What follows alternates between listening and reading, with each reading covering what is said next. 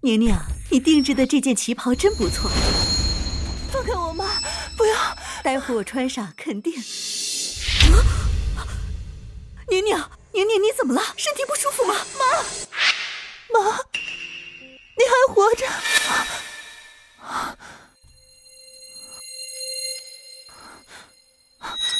？3月15日，我竟然重生回到了傅老爷子70大寿那天。上辈子，老公的爷爷傅正海70大寿，在家大宴宾客，我母亲也受邀赴宴，却没想到，老公为了升职，撮合我母亲和他上司赵总相亲。宁，救我！妈！我母亲呼救挣扎，我拼了命撞开房门，只看到昏死在沙发上的妈妈。我杨淑芬却说，都是我母亲不识好歹，命不好。老公为了大事化小，逼迫我签谅解书，我死活不肯，坚决要报警。争执着，我眼前一黑，醒来发现自己竟然重生了。宁，你老天爷既然让我重生，我一定要感谢我跟妈妈惨死的命运。宁，出什么事儿了？妈，外婆心脏病发作，被紧急送医，你现在立刻去医院照顾她，一刻都不能耽误。宁，你外婆怎么会突然发病啊？妈，我现在没时间跟你解释太多，但你必须相信我，你快去医院照顾外婆，今天绝对不能来参加寿宴，千万不要回傅家，一定不能来。好，妈都听你的，妈现在就去，你要照顾好自己。老天既然给了我一次重来的机会，我不光要护住我妈的命，更要让那群害死我们的畜生付出血的代价。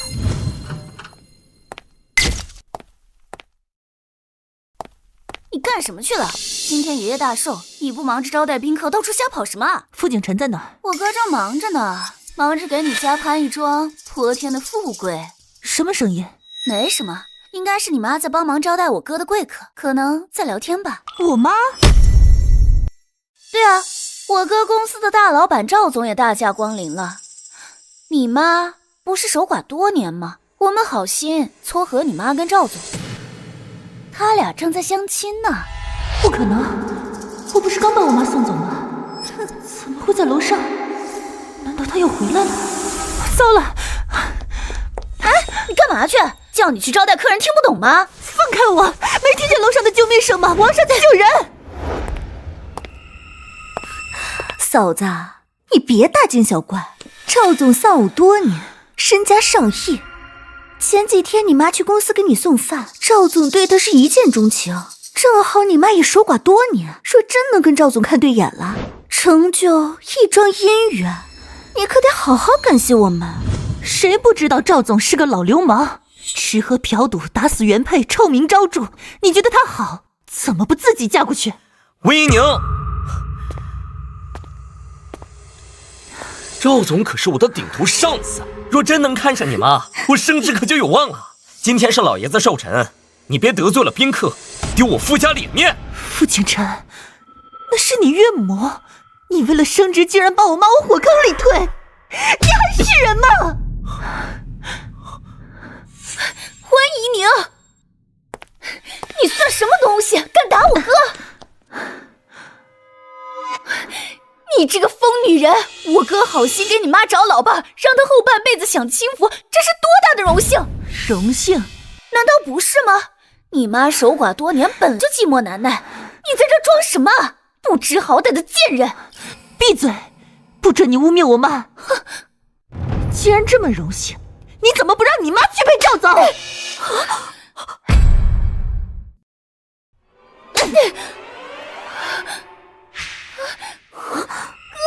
他又打我！你快滚吧，这个疯女人！给瑶瑶道歉！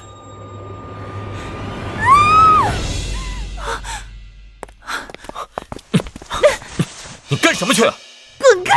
我要去救我妈！他们在相亲，就是正常聊几句，能有什么事啊？我都跟赵总说好了，不会针对你妈怎么样，你别无理取闹了。我才不信你的鬼话！放开我！今天我必须带我妈走，等我妈安全了，我们立马离婚。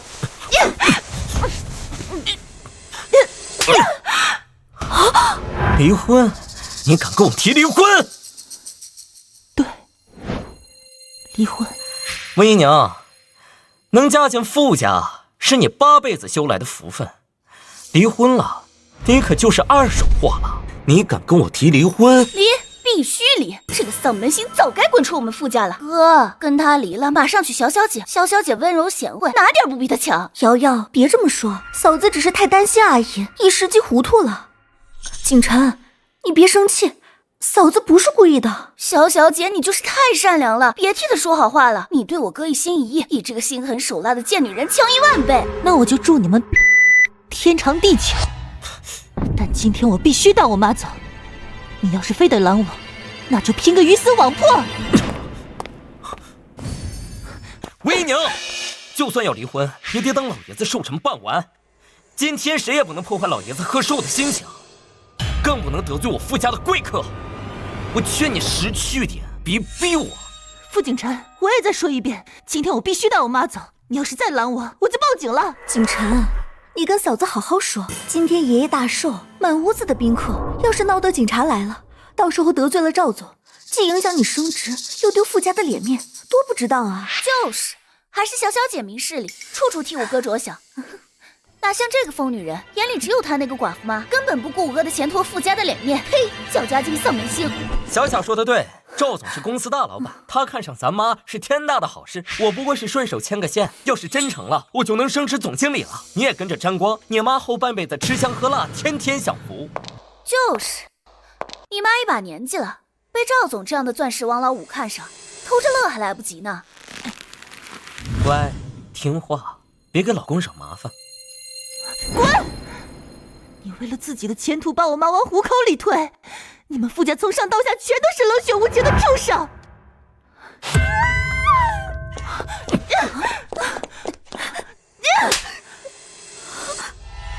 温姨娘，你找死！你敢打小小？小小，你怎么样？我没事，你别怪嫂子。都别过来！今天谁敢拦我，别怪我刀子不长眼！不能让他坏了景晨的好事。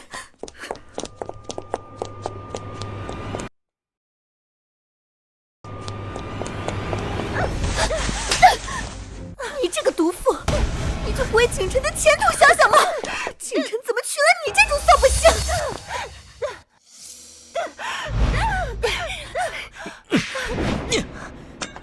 贱人，看我今天怎么收拾你！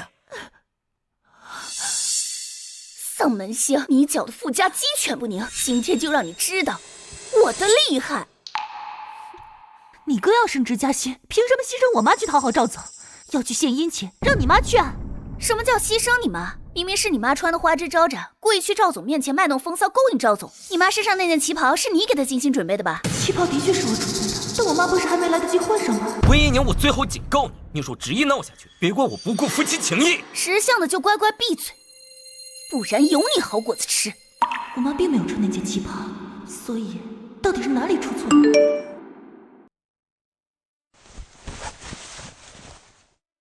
宁宁，我到医院了，没找到外婆，她手机也打不通，你能联系上她吗？太好了，妈妈没有回来，她去了医院，现在安然无恙。救命！快来救我，儿子！既然里面的人不是我妈，那到底是谁？傅家女眷都在，唯独少了婆婆。难道里面的人是婆婆？今天来了很多客人，里面会不会是无辜的宾客？赵总心狠手辣，万一出事就糟了。不行，我不能让无辜的宾客受到牵连，这是做人的底线。傅景晨，你现在立刻进去阻止赵总，里面的人不是我妈，很有可能是来参加寿宴的无辜宾客。一旦有客人在傅家出事，你和傅家都要承担责任，到时候你追悔莫及。你就是想骗景晨进去打扰赵总相亲，你以为我们会相信你的鬼话？再说了，赵总就是和你妈相亲聊聊天而已，你大惊小怪做什么？就是，到时候你妈嫁给赵总，你也跟着沾光，变成富二代了。等赵总成了我岳父，公司总经理的位置就是我的囊中之物，到时候傅家也能更上一层楼，简直百利而无一害呀！无耻！温姨娘，你别不识好歹，等赵总当了你继父，你荣华富贵享用不尽时，可要念着老子的好。咦，怎么没声了？景晨，看来你岳母被赵总哄得服服帖帖了，这就对了嘛。识相的才有好日子过。你妈肯定是被赵总的魅力折服了，这会儿没准两人生米已经煮成熟饭了。我最后一次劝你们，立刻进去阻止赵总，里面的人真的不是我妈。一旦无辜宾客在傅家出事，后果不堪设想。够了，你少在这里危言耸听了。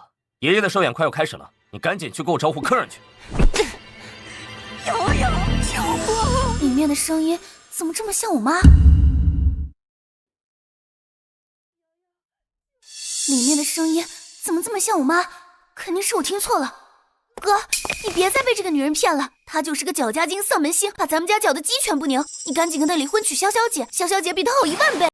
晨，你别为难，我只希望你好，不管你做什么决定，我都支持你。温一宁，你闹够了没有？等寿宴结束，我立马跟你离婚。离婚？正如我意，这个婚我离定了。但现在我必须进去，里面的人真的不是我妈，是无辜的人，再晚就来不及了。你还在撒谎！我没有必要骗你们，我现在就给我妈打电话，开免提，让你们听清楚。你少在这里装模作样演戏骗人，谁会信你的鬼话？温一宁，你还敢耍花样？你们简直不可理喻！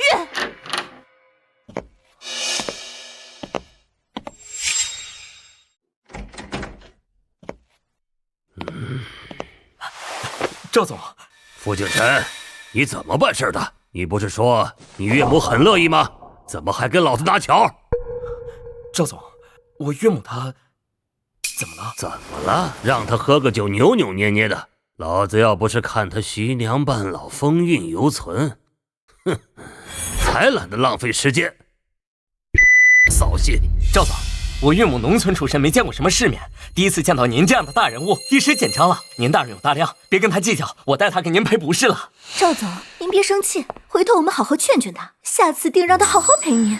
那您看今天这相亲，马马虎虎吧，不过你们还得劝劝他，都一把年纪了，别装什么矜持。老子喜欢更主动点的，不然你这升职加薪可就没指望了。是，赵总，您慢走。你妈真是不知好歹，居然敢得罪赵总。哥，那老妖婆就是装清高，不识抬举的东西，狠狠打一顿，看她还敢不敢装。瑶瑶说的对，就是欠收拾。怎么急得怕了？早干嘛去了？刚才不是挺横的吗？这会儿怂了？嫂子，早知道这样，刚才就该乖乖听话，何苦闹成这样呢？现在知道担心了，晚了。你妈不识抬举得罪赵总，就算没死也得脱层皮，这就是跟我作对的下场。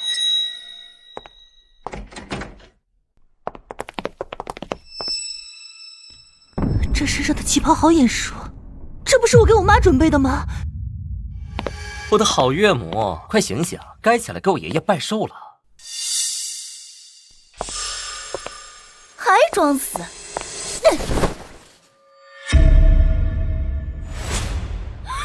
妈！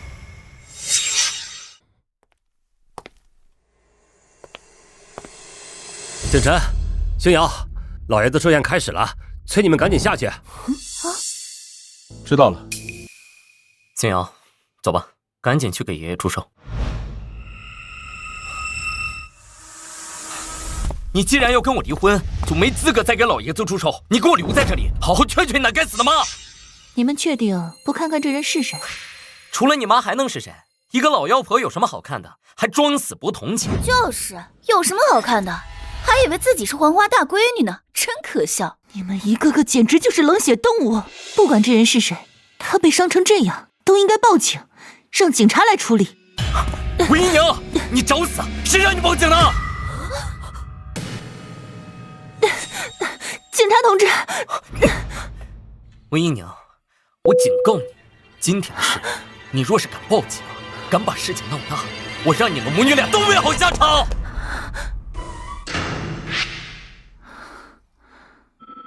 他到底是谁？为什么穿着我给我妈准备的衣服？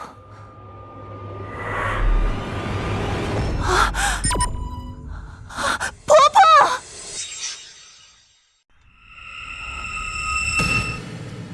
他怎么会穿我给我妈准备的衣服？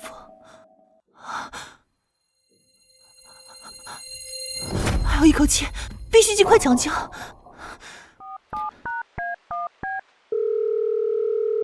你好，这里是120急救中心。你好，我这边有人晕倒，呼吸十分微弱，请你们快来抢救。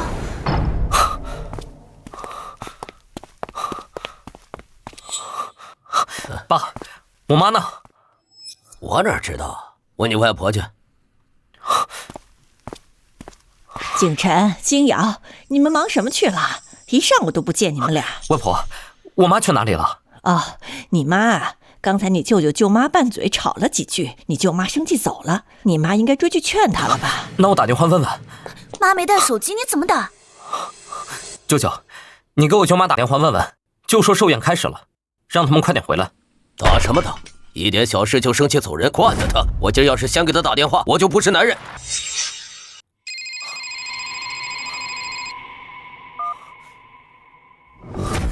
什么？叫他们先等等，我马上过去。哥，我也去。景晨，来了。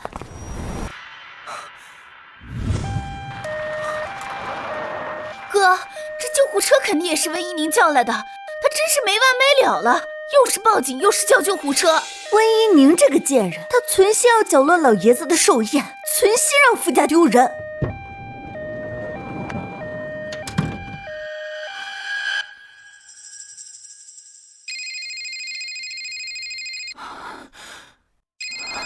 肯定是救护车到了。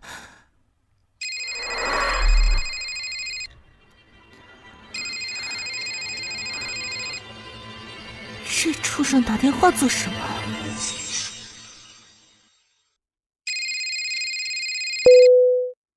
温一宁，你问警察干什么？还有救护车？今天老爷子70大寿，满屋子客人，你非要闹得全家不得安宁，图什么？救护车到了，快，赶紧让他们上来！站住！不是你们家打急救电话说有人晕倒，情况紧急吗？没有，那人有神经病，闹着玩的。你们怎么能这样？这是浪费医疗资源。我家今天老爷子祝寿，大喜的日子，没人生病，你们赶紧走。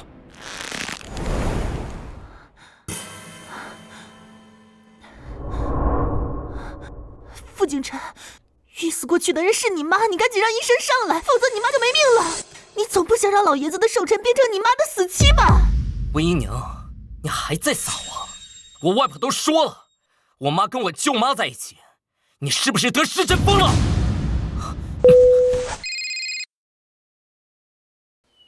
喂，医生，我是刚刚打电话求救的，病人情况十分危险，请你快点上来救人。可是你们家人说家里没人生病，拦着不让我们进，还骂我们，叫我们滚。看来傅景晨在门口守着，再这样耽误下去就真没命了。医生，那这样吧，我赶紧把人背下去，你们等我一下，千万别走。行吧，那你快点，我们等着。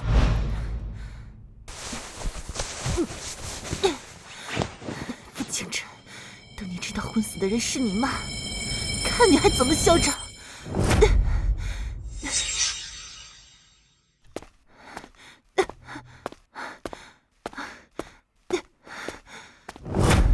快，人来了！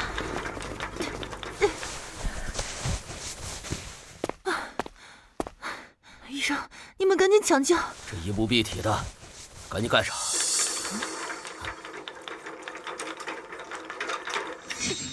装的还挺像，可是我怎么感觉不像是装的？那老妖婆好像确实昏死过去了。不可能，绝对是装的。赵总不是下手没轻重的人，他来参加爷爷寿宴，怎么可能没点分寸呢？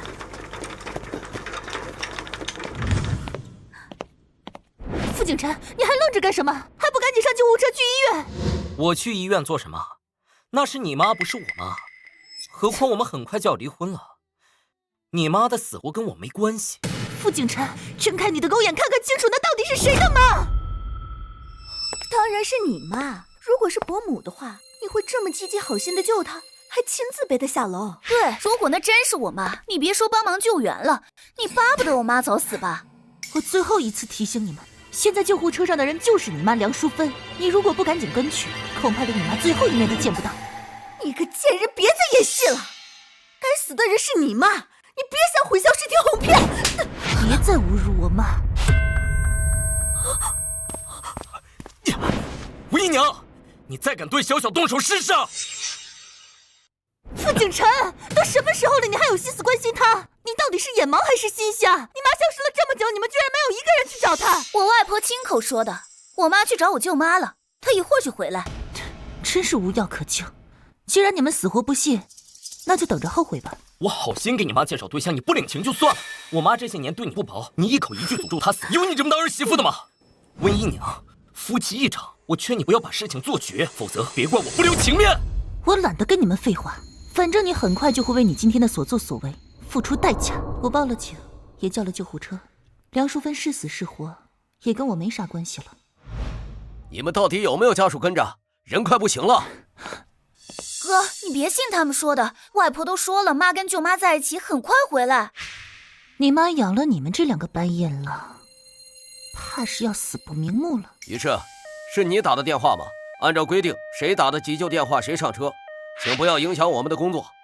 好吧，我跟你们走一趟，正好我也不想在这个恶心的地方待下去。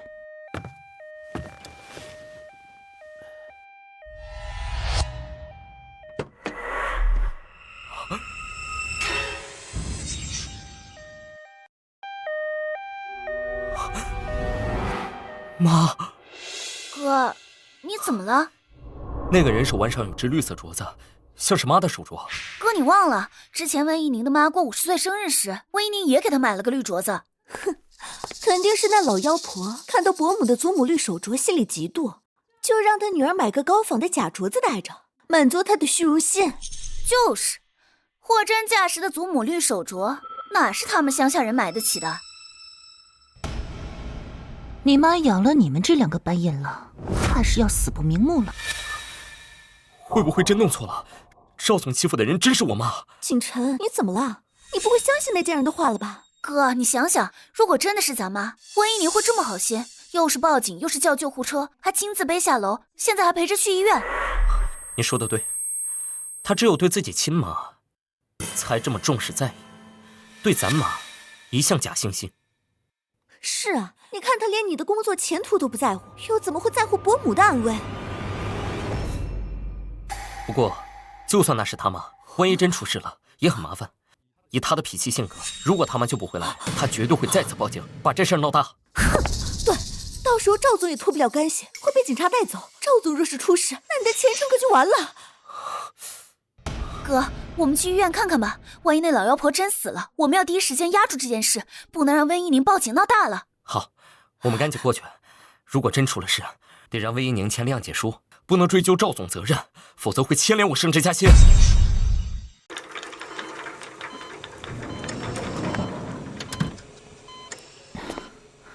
医生，这是患者儿子的电话，有什么问题你们找他吧，我还有事先走了。我做到这一步已经仁至义尽，能不能救回来就看梁淑芬的命了。等等，医生，怎么了？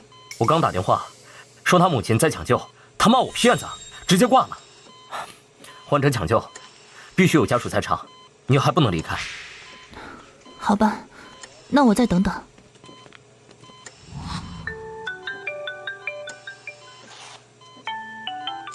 宁宁，我终于联系上你外婆了，她没发病啊，正跟老姐妹在公园打太极呢。你为什么说外婆突发疾病送医院了？妈，外婆没事就好。宁宁，你从哪里得到消息说外婆病发入院？妈，这件事说来话长，我在电话里解释不清。你既然找到外婆了，那就陪着外婆不要走开。记住，你千万不要去傅家，我有事会给你打电话的。宁宁，你是不是出什么事了？你千万不要瞒着妈。妈，我好好的，没事儿，你别多想，等我消息就行。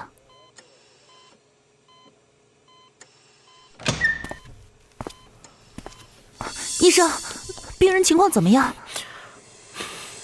抱歉，我们尽力了，病人窒息，错过了最佳抢救时机，请节哀。梁淑芬就这么死了，但这都是她的命，怪只怪她生了2个狼心狗肺的儿女。女士，我们已经尽力了，但凡早送来15分钟，也有希望抢救回来。谢谢医生，你们辛苦了。如果不是老天爷给了我一次重生的机会，躺在这里的就是我妈了。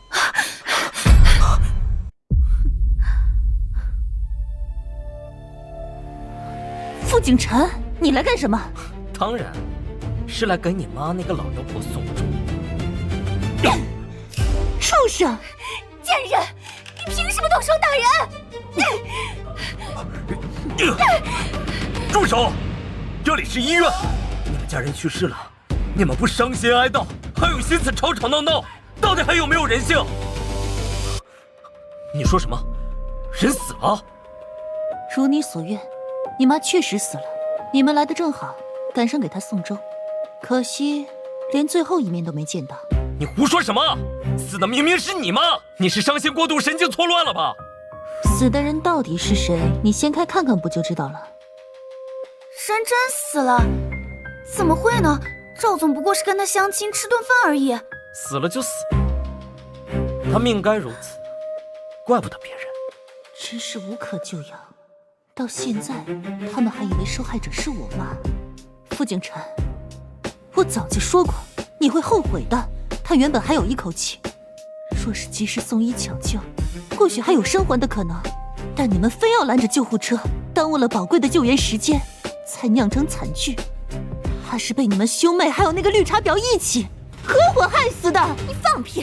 明明是你妈自己命不好，怎么能怪我们？我们好心给她介绍相亲，有错吗？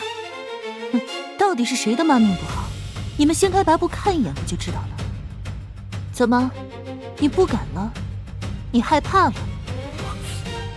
行，我有什么不敢的？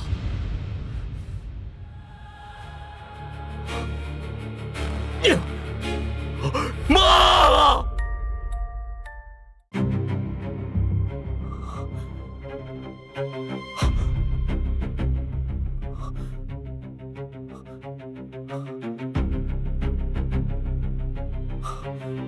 喂，爸。景晨呐，你们还要多久回来啊？赵总找你喝酒，谈谈你升职加薪的事儿，你赶紧回来。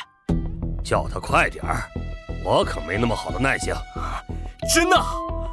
赵总同意我升职了？不过赵总说，你再把你岳母叫来，陪他喝杯酒，升职就是板上钉钉了。你赶紧把你岳母叫来。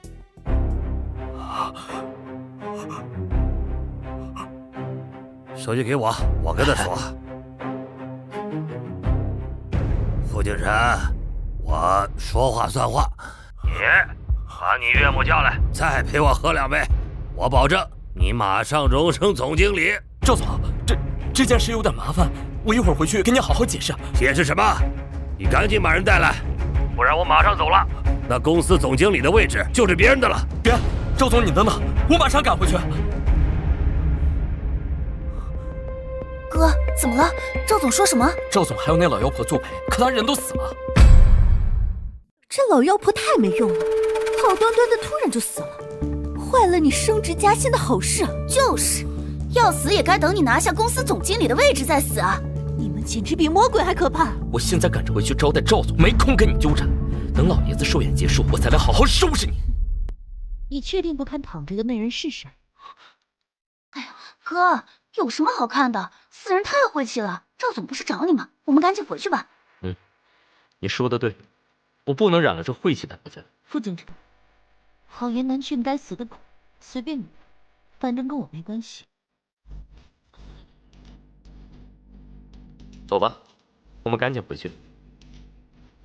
对了，景晨，他妈死了，到底是一条人命呢。他要是报警怎么办？这事不能闹大，否则赵总那边……这件事你不许声张，否则只会玷污你妈的名声。当时现场有很多目击证人，都能证明是你妈主动勾引赵总的。你要是再敢报警把事情闹大，我有的是手段治你。你也不想你妈死了还被人戳着脊梁骨指指点点吧？傅景晨，你比恶魔还要恐怖。傅家就是吃人的魔窟，幸好我今日看清你，这婚我离定了。等寿宴办完，我哥会立马跟你离婚的。在此之前，我劝你安分点，哼，不然就让你和你妈落得一样的下场。你们太嚣张了，光天化日竟然公然威胁人命！逝者为大，你们连最基本的良知都没有。关你们什么事？连个人都救不活，没告你们用意害人就不错了。你，我知道你没了妈，成了孤儿，肯定伤心，但这也怪不得我们，谁让你妈福薄，享不了有钱人的福。死了正好跟他爸团聚，也算享福。等寿宴结束，你乖乖签了谅解书，不要再追究此事，我就让你妈风光大葬，留个体面。看我哥对你多好，你就知足吧。谅解书，我若是不签呢？不签，想讹我？敢不签，就把你妈尸体扔江里喂鱼，让她死无葬身之地。好啊，我等着，等最后你们发现死的是自己亲妈，怕是要苦短肝肠，恨不得以死谢罪吧。走，赶紧回去了，一会儿惹怒了赵总，我什么都没了。想不到梁淑芬的一生竟这般惨淡收场。请问你是逝者什么人？我是他儿媳，不过很快就是前儿媳了。这么说，刚才那男的是逝者的亲儿子？天底下怎么有这样禽兽不如的儿子？他亲妈死了，看都不看一眼，还要恶毒的诅咒。医生，人已经死了，那接下来是什么流程？可以先暂放医院太平间，也可以给殡仪馆打电话，他们会派车来接。若是亲友要来告别，就设置灵堂办个追悼会。好，谢谢你们。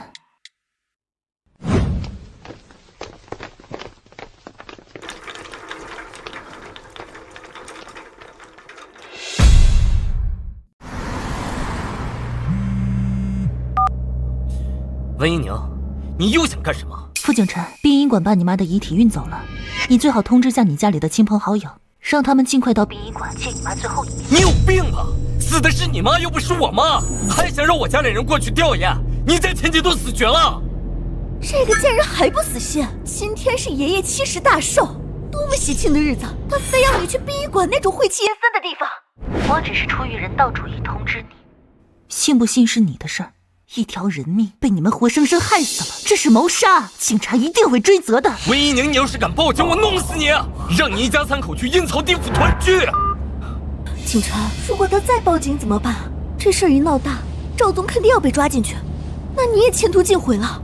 是啊，哥，不能让他报警，我们要赶紧去殡仪馆阻止他。可是赵总还等着我，再不回去，他若是生气走人，肯定又是赵总在催了。喂，爸，景晨呐，你怎么还没回来？赵总要走了。你告诉副警察，老子今天非常不爽，他那总经理的位置别想了。赵总，我很快就回来，您别生气啊。儿子，赵总已经走了。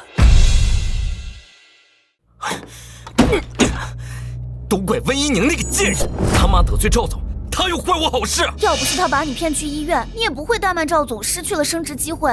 景晨，你赶紧给赵总打个电话，多说点好话，看看还能不能挽回。我这就打。完了，赵总不接电话，那怎么办？我们现在直接去找赵总说情吗？当务之急是去阻止温一宁报警，否则事情闹大，赵总可就真完了。相反，我们拿住了赵总的把柄，没准还能让他改变主意，继续提拔你哥。小小你真聪明，我怎么没想到这个？哥，还是小小姐对你好吧，设身处地为你着想。小小，等我跟那贱人离了婚，马上娶你，你想要多少彩礼我都给，还有5金，随便你挑。谢谢你，景晨。不过我们还是先解决掉温一宁这个麻烦再说。可是怎么解决？那贱人太有心机了。我现在给他打个电话，先把他稳住，以免他报警，然后我们过去想办法逼他把谅解书签了，这样他就没法追究责任。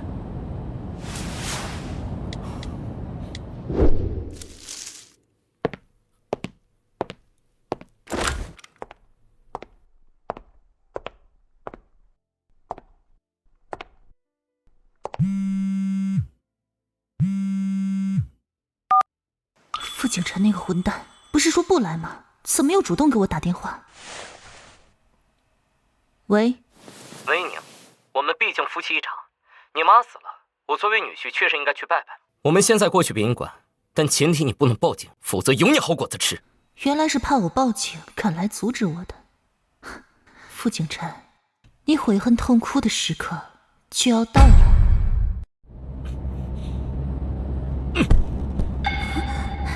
哥，他怎么说？他什么都没说，直接挂了。亲妈都死了，估计是太伤心了，真是可怜啊。那是他咎由自取，要不是他，我也不会得罪赵总，失去晋升机会。对，这笔账我们一定要算。他想骗我们去殡仪馆，8成是要逼着我们给他妈磕头道歉。哼，我们偏不，我们不但不让他如愿，还要搅得他妈在黄泉路上不得安宁。小小姐，你是不是有主意了？对付温一宁这个贱人，我倒是有个办法。傅景琛，只要你们敢来，就会留下板上钉钉的证据。这怎么回事？是家属来了吗？你们是什么人？来干什么？这里是灵堂，请庄重点。打我！我报警了。老二，别跟女人一般见识。我们收了钱只做分内事，不要节外生枝。我的好嫂子，节哀顺变。从今以后，你就孤家寡人一个了。你现在是不是很后悔跟我哥提离婚啊？他后悔也没用了，你们母女俩毁了景琛的前途，景琛这辈子都不会再多看你一眼。等你们离了婚，景琛马上就会娶我，他还说要给我88万彩礼呢。那恭喜你们，我说过，天长地久，你们最好永远锁死。你骂谁呢？别以为你死了骂我就不敢打你。小小姐，别跟个可怜虫一般见识。傅景琛，你来都来了，确定不去看看那躺着的到底是谁？怎么，你还想说躺在那里的是我吗？没错，躺在那里的人就是梁淑芬。事到如今，你看一眼就真相大白了。他这么肯定，难不成躺在这里的人真是我妈？怎么，你害怕了？你个大男人连去看一眼的勇气都没有。景琛，你别信他的鬼话，他就是想骗你过去掀开白布，看看他妈惨死的样子，好博取你的同情，让你给他妈道歉赔罪。就是，没准他等会儿还要狮子大开口，跟我们索要巨额赔偿。你们真是无可救药。温姨娘，你费尽心思把我们骗来殡仪馆，不就是想逼我们给你妈道歉吗？我告诉你，没门儿！你更别想要任何赔偿。你们母女毁了我的前途，简直是老子的克星！老子没一把火烧了这灵堂，就已经是仁至义尽了。你自己没本事，就会甩锅怪别人。为了前途，把自己的亲妈送上领导的床，真是丢人。温姨娘，我警告你，要是我失去这次晋升机会，我让你们一家3口去阴曹地府相聚。哥，你跟他扯这么多做什么？赶紧叫他把谅解书签了，不能让他再继续追究这事儿。对，景琛，赶紧让他签谅解书，我们好离开这儿。这鬼地方阴森晦气，我一刻也不想待。温姨娘，看在我们夫妻一场份上，你出言不逊我就不计较了，但你必须签下谅解书，保证不再闹事，也不能追究任何人的责任。谅解书？对，谅解书。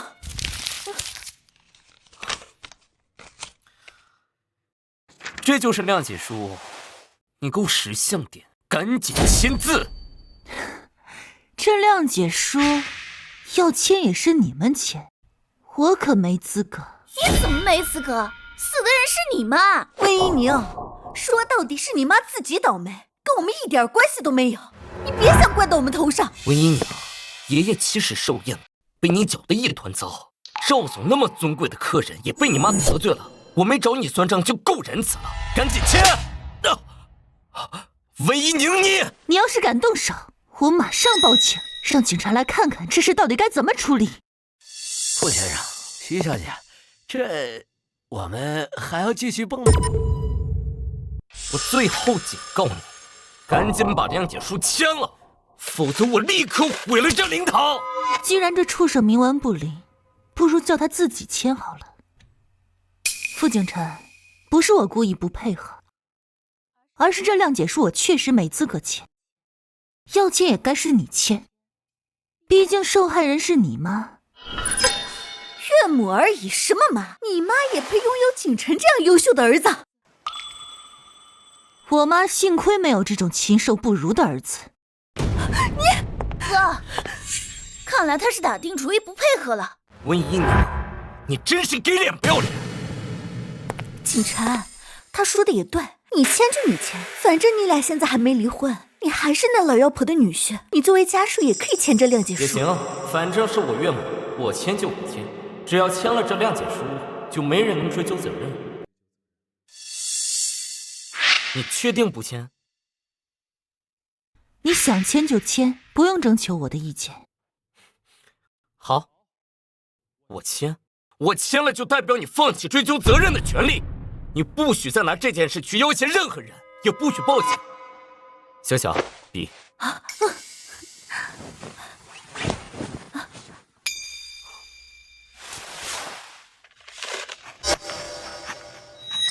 傅景晨，我真好奇，当你发现真相后，会是什么反应？你看清楚，谅解书我已经签字了，今天的事到此为止，赶紧把你妈火化下葬。这一批火化也需要家属签字。傅景晨，既然你这么喜欢签字，那就再签一个火化同意书呗。温姨娘，你搞清楚，躺在那里的是你妈，火化同意书当然是你签字。如果我签字了，你妈现在就会被送去火化。等你们发现真相，你们连最后一面都没见到，那岂不是又要找我拼命？你还敢诅咒我妈？看我不教训你！傅新阳，你妈那么宠你，你对你妈就没半点关系。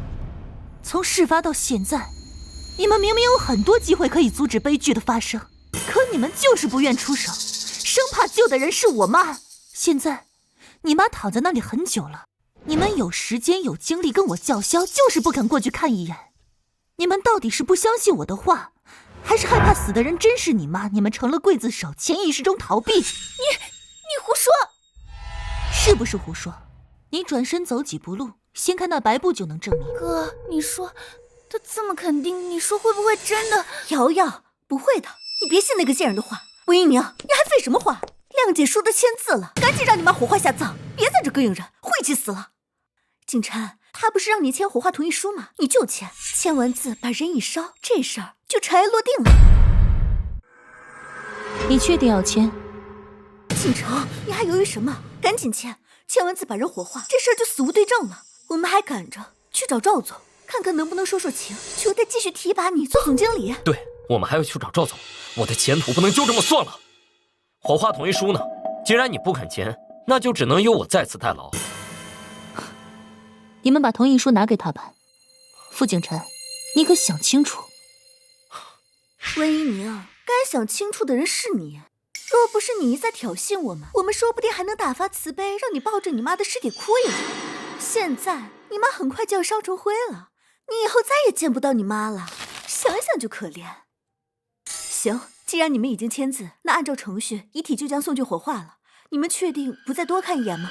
看什么看？你们在这上班，天天看死人没看够吗？赶紧拉去烧了！我只是好心提醒，你怎么满口污秽？我在这工作这么久，还是第一次看到你们这种奇葩。都说死者为大，可你们拉着一帮小混混在灵堂上蹦迪，实在是大不敬。我叫你多管闲事！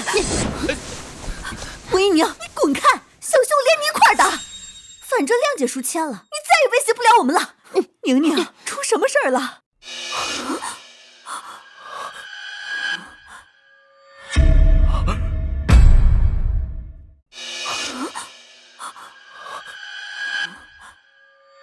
这是怎么回事？他不是死了吗？尸体还在那躺着。哥，我是不是眼花了？他怎么还活着？他没死，他还活着。那死的人是……妈，你来了。我看到你的微信，说你婆婆出事了，就赶紧过来。宁宁，他们看到我怎么吓成这样？因为他们做贼心虚。宁宁，到底出什么事儿了？为什么你婆婆好端端的会突然去世？还有这些小混混是怎么回事？谁弄来的？在灵堂上蹦迪，太过分了！梁淑芬是被自己儿女害死的，至于这些蹦迪的小混混，也是傅景晨他们请来的。什么？傅景晨自己请人来这蹦迪的？他疯了吗？或许吧。滚！还不给我滚！你有病啊！是你请我们来的，滚！再不滚，我弄死你们！走。傅景晨，你的报应开始了。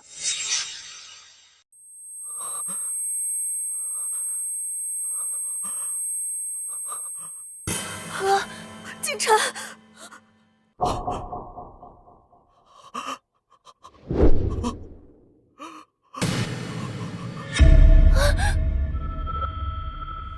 妈，怎么是你啊？你醒醒，醒醒啊！妈，为什么是你啊，妈？妈，你醒醒，妈，你快起来！怎么会这样？怎么是我妈？我居然害死了我妈！景晨，这到底是怎么回事？我明明从门缝里看到，在里面陪赵总的就是魏一宁的妈，怎么会变成伯母？景晨，你问我，我问谁啊？是你口口声声说你亲眼看见陪着赵总的人就是温一宁的吗？可为什么现在死的是我妈？景晨，这都是你害的，是你害死了我妈！我不是的，景晨，你相信我，我不是故意的，我也不知道是怎么回事，我真的看见是魏一宁的妈在。事实摆在眼前，你还想推卸责任？不是的，景晨，你听我说，这里面肯定有阴谋，肯定是魏一宁那个贱人害死伯母的，肯定是魏一宁搞的鬼。魏一宁如果要害死我妈，为什么又好心救我妈？就是你，是你一直跟我们保证说里面的人是他吗？我们才没信魏一宁的话。瑶瑶，怎么你也不相信我？从小到大，伯母对我那么好，在我心里，她跟我妈的地位差不多，我孝敬她都来不及，怎么可能故意害她？真是狗咬狗，一嘴毛。傅景晨，你现在总该相信我的话了。被赵总欺负的人一直都是你妈，我一直想救你妈，是你们非要拦住我不让我救。我们也是被误导的，都怪徐小小那个贱人。我跟我哥几次都要相信他的话了，准备去救了，都被你拉回来。徐小小，都怪你，你要对我妈的死负主要责任。不是的，瑶瑶，我真的不知道房间里的人是伯母，否则我肯定第一个冲进去救。景晨，你相信我，我真不是故意的，我那么爱你，我怎么可能故意陷害伯母？贱人，你害死我妈，我这辈子都不会再原谅你。傅景晨，你作为梁淑芬的亲儿子，自己不关心亲妈死活，还好意思怪别人？徐小小固然有错，但罪魁祸首就是你和傅星瑶。妈，你醒醒，我不要你死，你快醒醒，你一定是在跟我们开玩笑。妈，傅景晨，前世你害我母女惨死，这一世你总算自掘坟墓，害人害己。景晨，瑶瑶，你们看，这件紫色旗袍，这不是魏一宁给他妈准备的衣服吗？怎么会穿在伯母身上？魏一宁，我就说是你故意害伯母的，是不是你骗他穿上这件紫色旗袍，故意误导赵总，误导我们的？你可真会推卸责任。景晨，瑶瑶，就是他才是害死伯母的罪魁祸首。哥，这件紫色旗袍确实是温一宁给他妈准备的。温一宁，你简直蛇蝎心肠！我妈平日待你不薄，你至于恨她入骨，要她去死吗？温一宁，夫妻一场，我没想到你居然如此心狠手辣。就算你对我不满，你冲着我来就行了，为什么要害死我妈？傅景晨，你摇一下头，看看两边的猪耳朵会不会扇到脸。你跟你妹都是猪脑子吗？徐小小说什么你们就信什么。之前他说被赵总欺负的人是我妈，不是你妈，你们深信不疑，结果害死了你妈。我那是被误导的。现在真相大白，你们终于知道死的人是你妈了，可你们又听他煽风点火，把矛头对准我。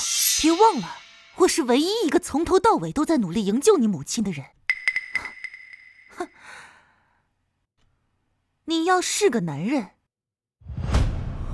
现在真应该跪在我面前给我磕头。既然你无辜，那你说说，为什么你给你妈准备的衣服会穿在我妈身上？我也纳闷呢，为什么我给我妈准备的衣服却被你妈偷穿了？要不你追去黄泉路上问问你妈。韦一宁，你找死！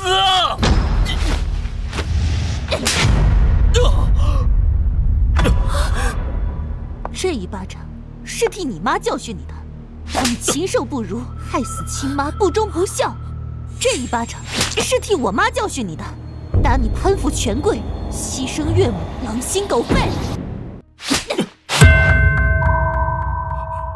这一巴掌是替我自己教训你，打你虚情假意，背信弃义，薄情负信。景琛，你别信他的话，他就是要故意害死伯母，否则为什么会那么凑巧？他刚好把他们提前送走，伯母就穿了这件紫色旗袍，这不是……徐小小，我真是低估了你的恶毒，明明是你煽风点火误导他们兄妹，而我一直在努力纠正你们，结果现在你倒打一耙，要把罪责推到我身上。就是你提前设计好的，否则你如何解释那件紫色旗袍穿在伯母身上？明明是你故意误导我。对，你给你妈准备的衣服为什么会在我妈身上？肯定是你故意骗她穿上的。我骗你妈穿上的。你想弄清楚事情真相，查查你们家的监控不就知道了。不过我猜测，大概是因为你妈跟你姑姑撞衫后，她回房换衣服，结果看到我给我妈准备的这件定制旗袍，就偷偷穿走了。可是没想到，这件旗袍阴差阳错成了她的丧服。不可能，我妈又不是没衣服穿，至于看上你妈那件破烂货？傅景琛，你确定不查查监控？难道你不想知道你妈到底是如何惨死的？景琛，你打开监控看看，肯定是魏一宁骗伯母穿上的。等证据摆在眼前，看他还怎么狡辩。对，哥，打开监控查回放，用证据锤死他。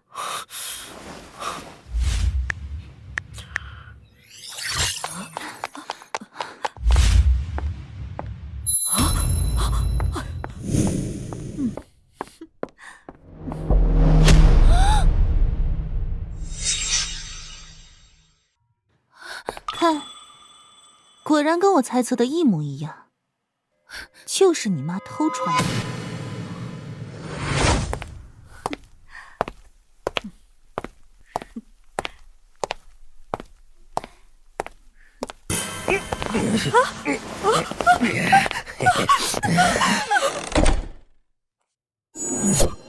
妈！景琛，是赵总认错了人了，不怪我。我当时看到被赵总搂抱的女人穿着紫色旗袍，我就以为是魏一宁的妈。刚才不是说要拿证据锤死我吗？现在好了，倒把你妈锤死了。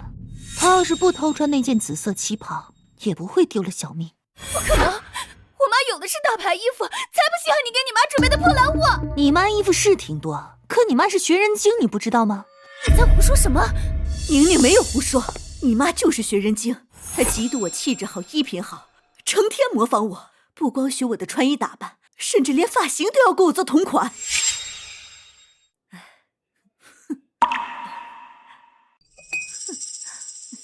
所以今天她肯定是怕被我抢了风头，就故意霸占我女儿给我准备的旗袍，结果没想到，就因为她太像我，反而惹祸上身。再加上你们一个个心肠歹毒、冷漠自私，不愿相信我女儿的话，最终害死了你妈。你们跟那个赵总，全都是杀害你妈的凶手。不可能，就是你们的错。为什么死的人不是你？我妈就是被你害的。我要杀了你，为我妈报仇。傅新瑶，你醒醒！真相摆在眼前，明明刽子手是赵总，你们三个是帮凶，你别想污蔑我们。妈，你醒醒！我错了，我不该疏忽大意。妈，对不起，儿子不孝，儿子早该发现的，都是我的错，我该死。景琛，人死不能复生，你节哀顺变，无论以后发生什么，我都会一直陪着你。景琛，你别被他骗了。我刚还在宴会厅见到伯母呢。儿子，妈！哎，景晨，你千万别上他的当，里面的人肯定不是伯母。景晨，你干嘛这样看着我？你个贱人，都是你惹的祸！傅景晨，你疯了！你凭什么打我？又不是我害死你妈的！不是你还能是谁？要不是你一再跟我妈保证，说房间里陪着赵总的人就是温一宁的妈，我又怎么可能错过营救我妈的机会？我跟瑶瑶几次都要相信温一宁的话，都准备进去救我妈了，就是你把我们拉住，不让我们进去，我妈就是被你害死的。对，就是你误导我们，害我妈错过了最佳抢救时机。你跟赵总是一伙的。哥，报警，让警察把他跟赵总全都抓起来。你还有赵总，你们都给我等着！你们害死我妈，我要让你们把牢底坐穿！不，应该直接把他们拉去枪毙，给我妈报仇。傅景晨，你发什么疯？别忘了赵总是你顶头上司，你让警察把他抓走，你还想不想有前途了？前途？我妈都被你们害死了，我还有什么前途？我要你们全部去死！真是精彩。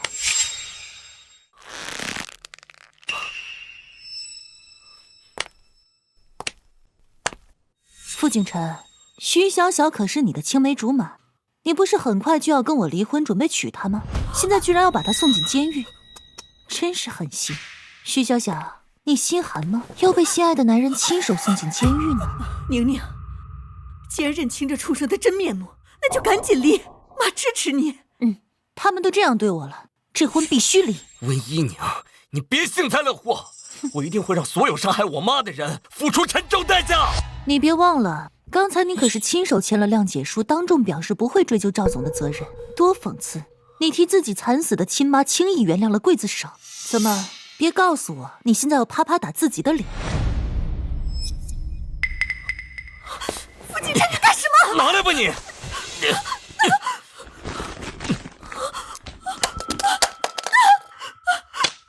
景晨，你冷静点，你不能跟赵总一朋友，否则得罪了他，你以后在江城都混不下去。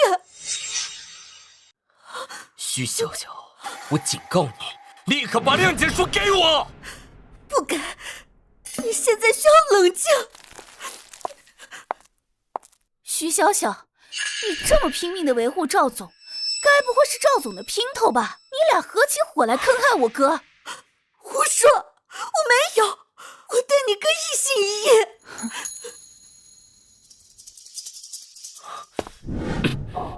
景晨，你听我一句劝，事情已经这样，没必要闹大。我们可以用伯母的死去要挟赵总，让他继续提拔你当总经理。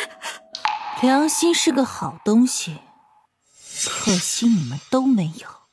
哥，我来帮你。你个贱人，我妈就是被你害死的，你等着坐牢吧。贱人，敬酒不吃吃罚酒。景晨，不要！我现在就打电话报警。徐小小，你给我等着，等着跟赵总一起把牢底坐穿。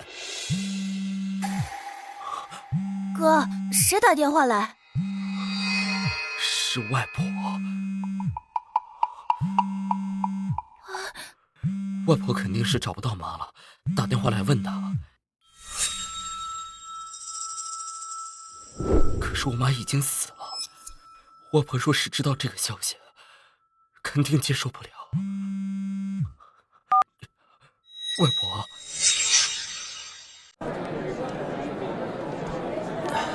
景晨，你跟瑶瑶去哪儿了？怎么酒席都要结束了还没回来？而且你妈也不见了，打了你舅妈的电话，她说没看到你妈，真是奇怪。景晨，你怎么了？你快说话呀！外婆，我妈她死了，现在人在殡仪馆。什么？谁死了？你在胡说什么？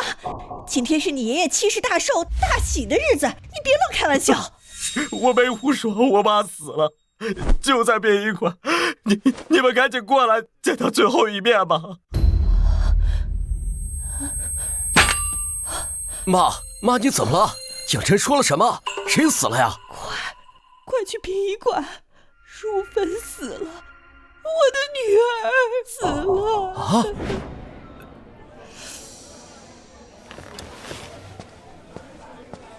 你老婆都死了，你还什么都不知道，就会喝！谁死了？淑芬？她不是在家吗？没良心的东西，连自己老婆都认错。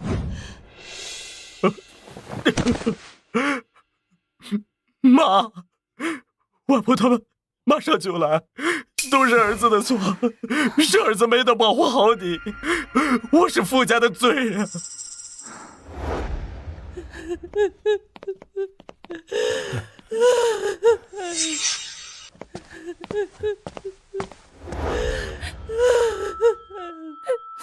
外婆，我妈死了。外婆，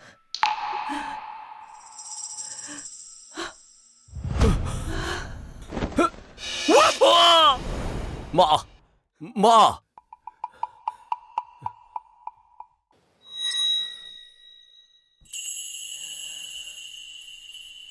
淑芬，我的淑芬啊！淑芬，你醒醒，这到底是怎么回事啊？好端端的，为什么突然人就没了呀？姐，怎么会这样？怎么会死得不明不白？淑芬，这到底是怎么回事？淑芬，你怎么了？好端端的，你为什么就走了？这到底是怎么回事？是谁害死我老婆的？这就要问问你的宝贝儿子了。明明是你破坏了我的计划，害死了我妈，我是受害者。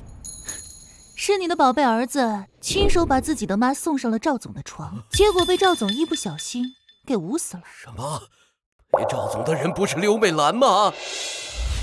原来你们家所有人都知道这件事，你们合起伙来算计我妈。这都不是重点，重点是既然弄错了人，为什么不中途阻止？我想尽办法阻止了，可你的宝贝儿子跟女儿都不肯相信我，一口咬定陪着赵总的人就是我妈。赵总离开后，他们明明都进了那间房，亲眼看见人躺在地上昏死过去，都不肯救一把。我要报警，哼，还被傅景晨摔了手机。你们刚才你们这里有人打电话报警，话没说完就挂了，听起来像是遇到了危险，我们过来看看。不可能吧？你们他们铁了心不管我妈的死活，结果遭了报应，害死了梁淑芬，都是活该。韦一宁，你够了！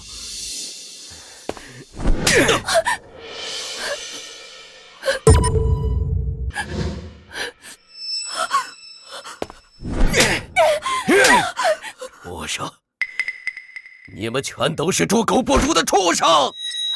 可是这也不能全怪我们，我们给你打过电话，问妈在不在宴席现场，是你说妈在招待客人的，我们是被你误导了。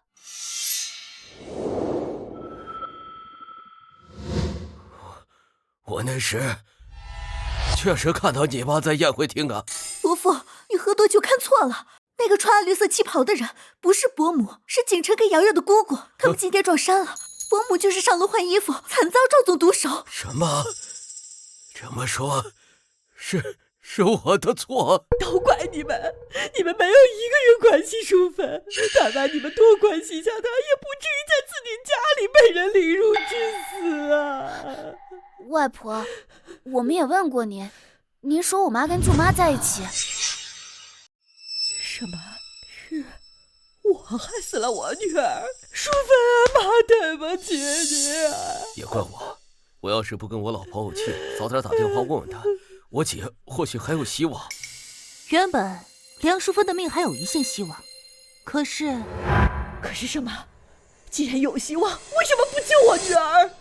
傅景晨他们下楼去吃席了，我一看昏死的人是梁淑芬，马上打了急救电话，医护人员很快赶来，可是又被傅景晨他们拦在门外。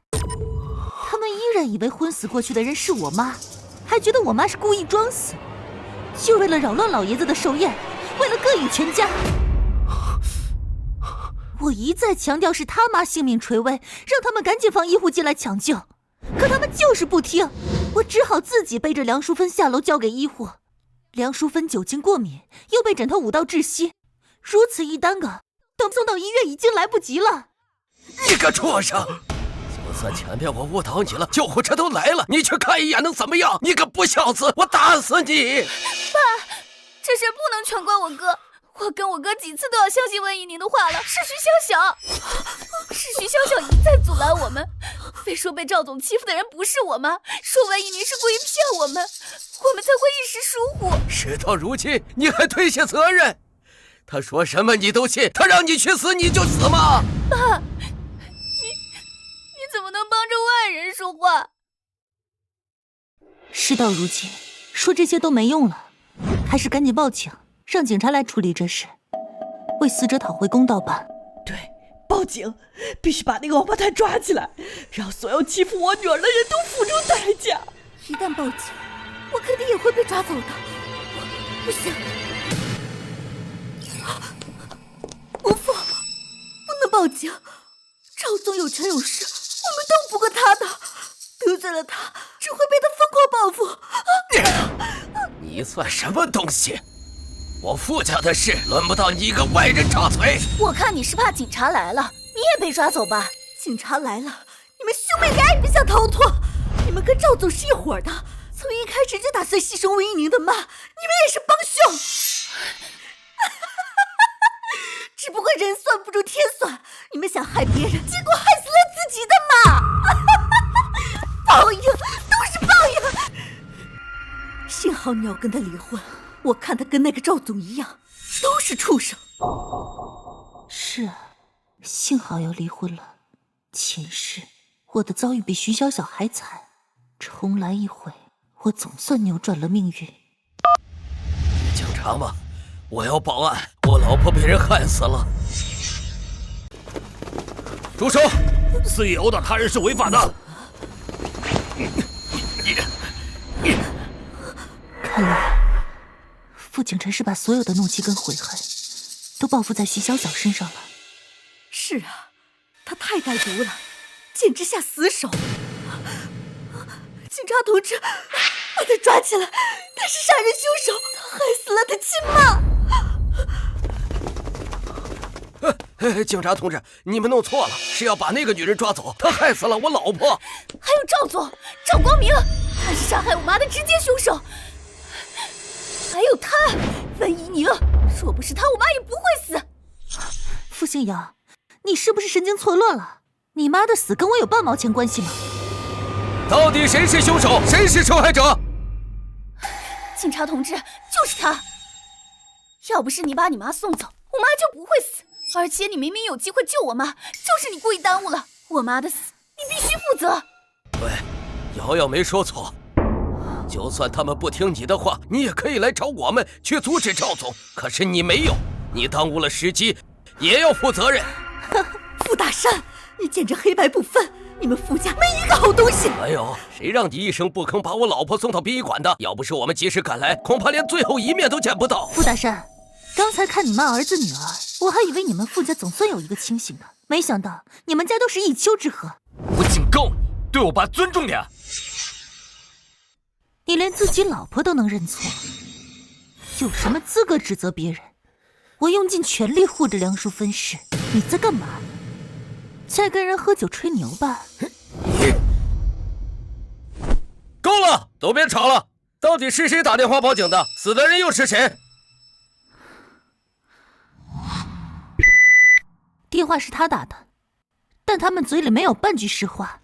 我来说明事情经过，并且我有关键证据。死的人是叫梁淑芬，是我婆婆。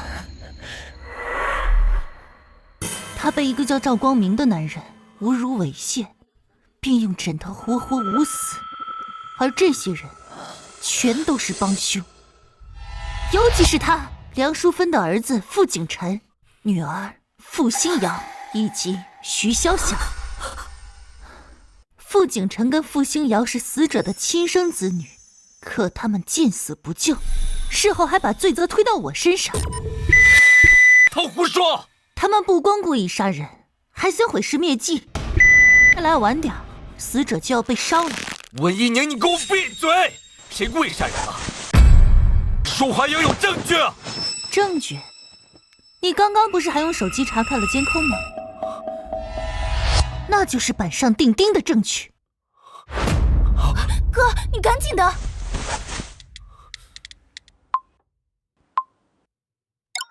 你干什么？蓄意毁坏证据也要负法律责任。现在证据没了，你还能拿我怎么办？就是他跟那个女人害死我妈的，我们这里所有人都能作证。对，他俩跟赵光明都是害死我妈的凶手。你们到底谁说的是真话？我看你们乱成一团，全都带回局里接受调查。等等，等等，我说的每句话全都属实，证据就在我手上。傅景琛，你以为你删除了你手机里的监控，那些事实就不存在了吗？你别忘了，家里的监控是我出资安装的，即便你能删除，我作为管理者也留有备份。哥，怎么办？这个贱人，他太有心机了。警察同志，死者是被一个叫赵光明的人凌辱致死，而傅家兄妹跟徐小小全都是帮凶。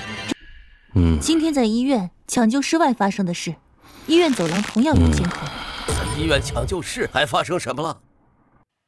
在医院抢救室外，医生给傅景琛打电话，说他母亲在抢救，他骂医生是骗子，直接给挂了。叶子，这算什么？他们后来被我叫来医院，依然不相信死的人是自己亲妈，居然看都不看一眼，骂完我就走了。您这就生气了？您儿子还干了更过分的事呢。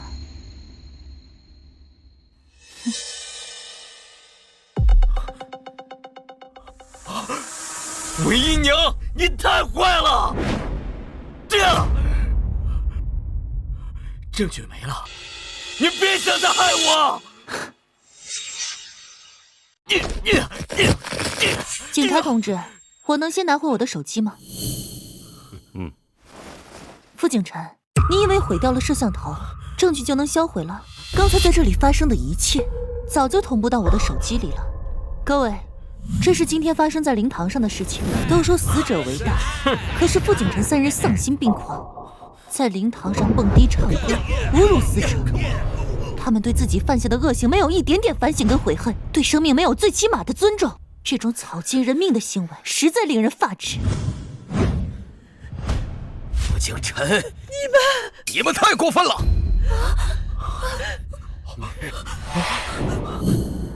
你们真是禽兽不如！傅景琛、傅星瑶还有徐小小，你们勾结那个赵光明，罪行累累，证据确凿。我宣布，你们被逮捕了，请立刻跟我们回去接受调查。我不要坐牢，我是无辜的。你们要抓就抓赵总跟徐笑笑，不要抓我。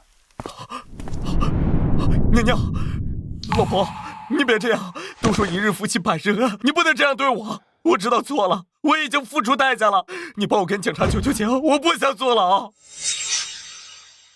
别用你沾满鲜血的双手碰我！老婆，我错了，我真的错了。老婆，你肯定不舍得我坐牢，你快跟警察求求情，这都是误会，是误会啊！如果今天我没有及时将我妈送走，如果今天躺在那里的人是我妈，你还会觉得这是误会吗？老婆，我错了，你再给我一次机会。你不会。你只会逼我签下谅解书，不让我报警，不让我得罪赵总。你根本不会在乎我跟我妈的性命安危。老婆，傅景琛，我真庆幸在今天认清了你，否则我一辈子都被你毁了。不是的，嫂子，我们只是一时鬼迷心窍，被徐小小那个贱人迷惑了，我们没想伤害你妈妈。嫂子，求求你看在我们是一家人的份上，去跟警察求求情，我不想坐牢。你们犯下滔天罪行，情理法理都难容，等着把牢底坐穿吧！嫂子，求求你！爸，救救我！警察同志，你们弄错了，是我报的警，我报警是想让你们抓那个徐小巧跟这个温怡宁，不是让你们抓我儿子跟女儿啊！现在证据确凿，就是你儿子跟女儿犯的错，凭什么抓别人？你们应该好好感谢温小姐，被你们那样污蔑，人家还在想办法救你老婆。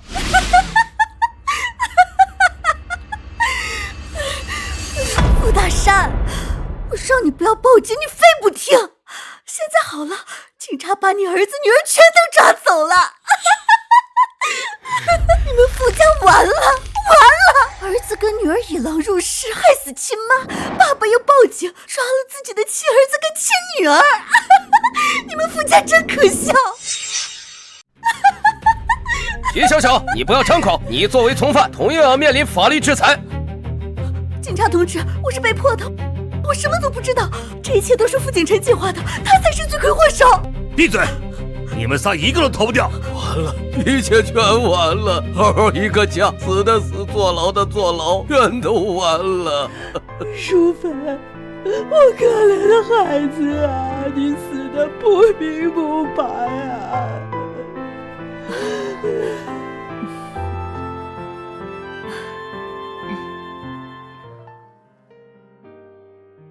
宁宁，吃点水果。谢谢妈。折腾这么久，你跟傅景辰总算离婚了，跟傅家也彻底断绝了关系。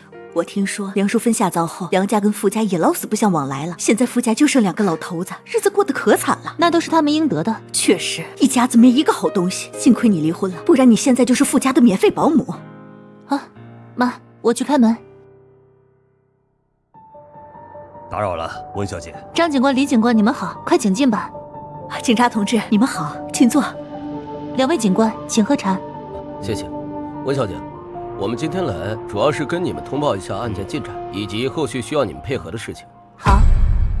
经过我们全方位的调查审理，案件已经水落石出，判决也已正式生效。主犯赵光明涉嫌故意杀人罪、强制猥亵罪、寻衅滋事罪等等，被判处无期徒刑。从犯傅景辰策划协助赵光明故意杀人，而且还存在包庇嫌疑人、故意毁坏证据以及侮辱尸体、污蔑诽谤等多项罪名，判处有期徒刑20年。20年？还有傅清瑶和徐小巧因教唆、包庇、寻衅滋事，还有帮助毁灭证据等罪行，分别判处有期徒刑8年和10年。他们总算为自己的行为付出了沉重代价，我也成功改写了自己与妈妈的命运。温小姐，这段时间多谢你们配合调查，后续若还有麻烦你们的地方，我们再联系。你有什么问题也可以随时找我。好，这段时间也辛苦你们了。2位警官请慢走。真是抱怨不爽，傅景辰被判了20年，等于这辈子都毁了，活该。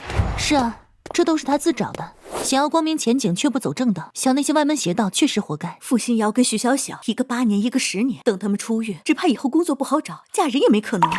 天作孽犹可恕，自作孽不可活。他们有今天这样的下场，怪不了任何人。现在案件结束，一切尘埃落定，你也该开始新的生活了。放心吧，妈，我已经找到新工作了，下周就开始上班。是吗？太好了。姨娘，我车就在那边，我送你吧。不用了，我叫了网约车，就快到了。好吧，每次想送你都没机会。那你就把机会给其他人吧。我的车到了，拜拜。拜拜。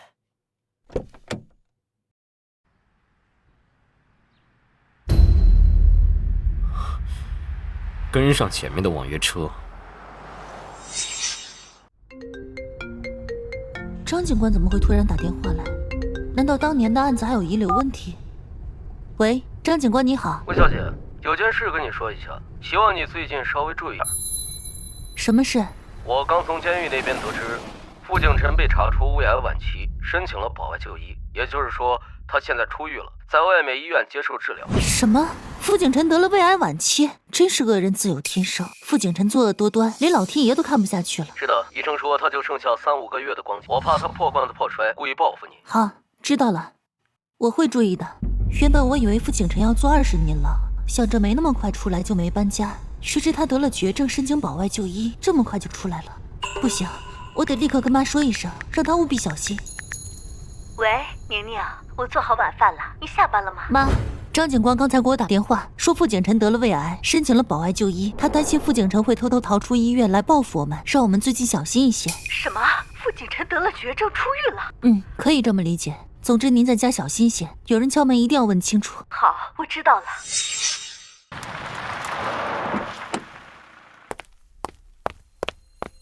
傅景晨那个变态心狠手辣，他十有八九会来报复我。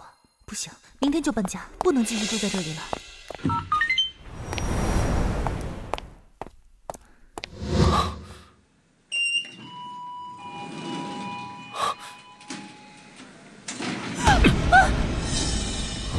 傅景晨，果真是你！我亲爱的前妻，好久不见，看来你知道我要来找你。傅景晨，你干什么？放开我！快来人呐！救命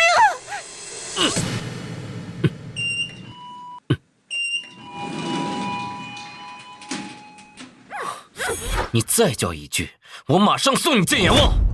我不对，但你有什么事我们可以去外面说。去外面？你是怕我伤害你妈？老子费了好大的功夫才逃出来，就是要杀了你们母女两个，跟老子去黄泉路上做个伴儿。他已经走火入魔，变态神经了，千万不能再刺激他，必须先慢慢安抚，再找机会逃生。傅警察，我听警察说了，你得了癌症，出来是治病的。你消息很灵通啊。其实现在医疗技术很先进，不少癌症都可以治好，你不要泄气，还是先配合治病要紧。看不出来你还挺关心我的，难不成你还爱着我？你下班时黏着你的男人是谁？你新交的男朋友？你跟踪我？是啊，我跟踪你2天了，看你日子过得这么开心快乐，我只能像只老鼠一样躲在阴暗里偷窥。你知道我的心情吗？走，我陪你回家，问候一下我的前岳母。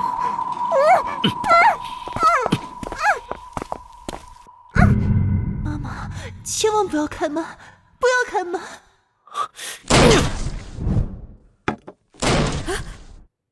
这是谁来？敲门这么粗鲁？难道是傅景晨那个畜生来了？哎呦！谁呀？妈，不要开门！宁宁，是你吗？找死！你再敢动一下，我直接杀了你！是傅景晨，那个畜生挟持了宁宁。傅景晨，是不是你？你马上放了宁宁，否则我跟你拼了！我的好岳母，我特意来看望你的，你就用这种方式迎接我？快躲进房间，大姐别出来！不行，妈不能丢下你不管。傅景晨，你不要伤害宁宁，你有什么不满冲我来！把菜刀放下，否则我现在就杀了他！不要！看来你是不想要你女儿活了。别伤害宁宁，我听你的。我这就把菜刀放下。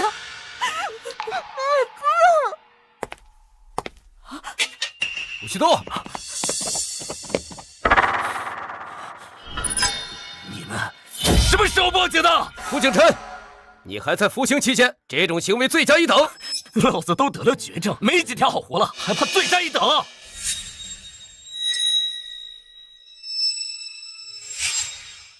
张警官，求你一定要救下我女儿。您放心，温小姐不会有事的。今天就是天王老子来了，也别想救下魏宁，老子死也要拉个垫背的。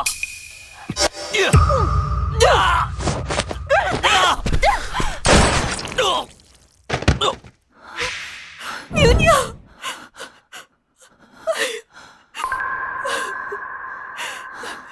妈，我没事，一点皮外伤而已。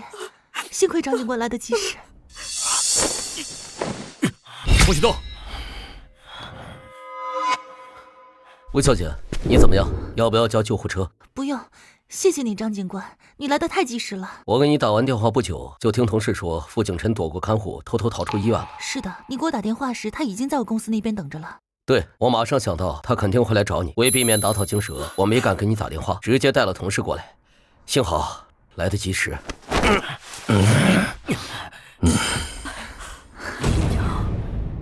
我做鬼也不会放过你！哼，你下地狱跟你妈团聚去吧。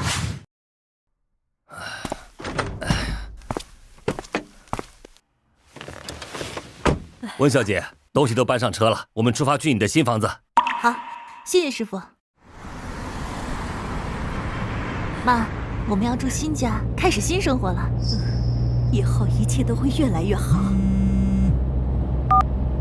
喂，张警官。文小姐，我打电话是告诉你，傅敬晨因为中枪加速了病情恶化，于今天上午在医院去世。